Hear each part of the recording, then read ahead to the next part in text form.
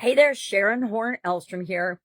Today we're going to talk about selecting and using assessment tools, specifically communication assessment tools, since we're talking about communication today, in order to supersize and grow your business fast. Do you want to grow your business fast or do you want to grow your business slow? Any tools and tips and strategies you can use to help grow and build and supersize your business fast are in your best interest, right?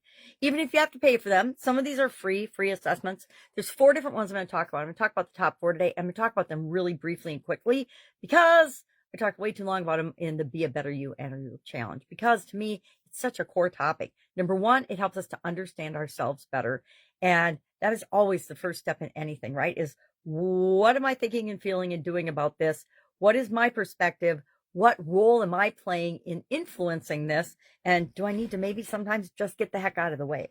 So the 4 tools I'm going to talk about today are the DISC analysis, or the DISC personality assessment, the Myers-Briggs type indicator, the MBTI, the StrengthsFinder, the Clifton StrengthsFinder, formerly known as StrengthsFinder, and the big five personality traits.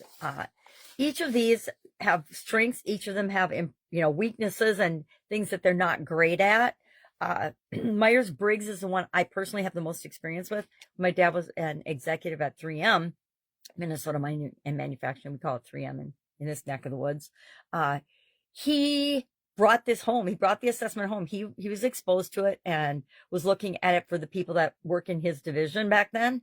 And so he brought it home and tried it on us girls. I call it us girls because I have 3 sisters. My mom and I mean 5 girls. So that's us girls. So we took the Myers-Briggs and we came up with and figured out what each of our different personalities were and types based on that. And back then I was an ENFP. I've been an ENFP most of my life, except for one time a few years ago when I took the Myers-Briggs and I was an ENFJ. And if you know what any of that means, it just means I was more judging than perceiving, which I found really disconcerting because I'd worked since my sudden cardiac arrest very diligently on not being judgmental. So when it came up that I was judging, I was like, oh my. And I might take that one again today just to see if that's changed back or not. Sometimes it does, sometimes it doesn't. I think as we age, certain things change. And as situations in our life happen, we can get different results on these assessments and tests. I think that's one of the things to keep in mind with these. They're just a snapshot in time.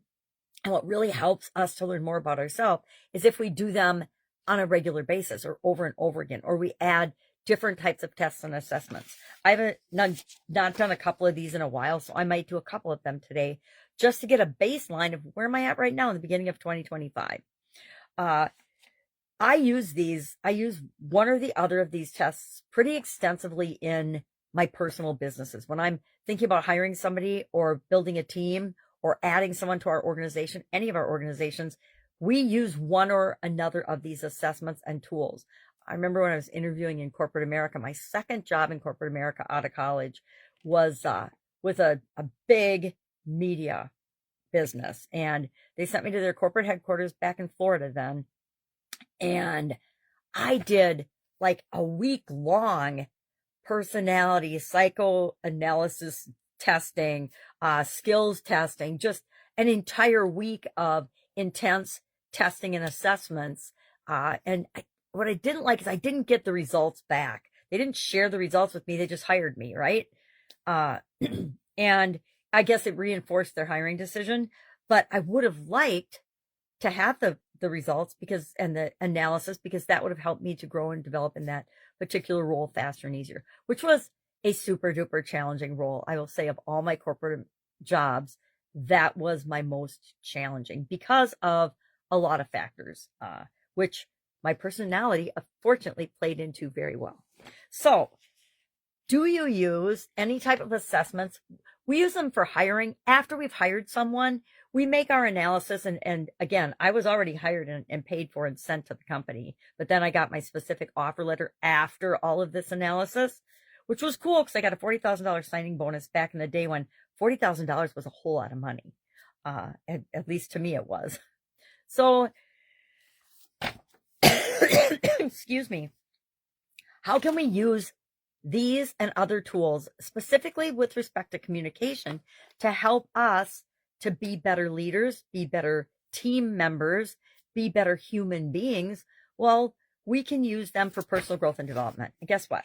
The one person that we have the most control over in the whole wide world is ourselves. Actually, the only person we have control over in the whole wide world is ourselves. So if we become a better version of ourselves all the time and set the example for other people by the way we behave and act and communicate, other people will do the same. They'll come on board. If you are an excellent speaker, that encourages other people in your organization to increase and become better speakers. If you are an excellent verbal communicator or written communicator, that encourages the people that send you texts and emails and messages to become better communicators. It helps us with our business and leadership success. It helps our entire leadership team to be better. It helps us to understand one another and where we're coming from and why there's those people that just rub us the wrong way, right? Have you ever had any of those? I know I rub a lot of people the wrong way, and I'm okay with it because they're not my people. I don't want to rub people the wrong way. I don't want to irritate people, but just being who we are will irritate a whole category of people that are the opposite of what we are. Sometimes opposites attract, sometimes not so much. So curious, have you done any of these type of assessments? And if so, which was your favorite?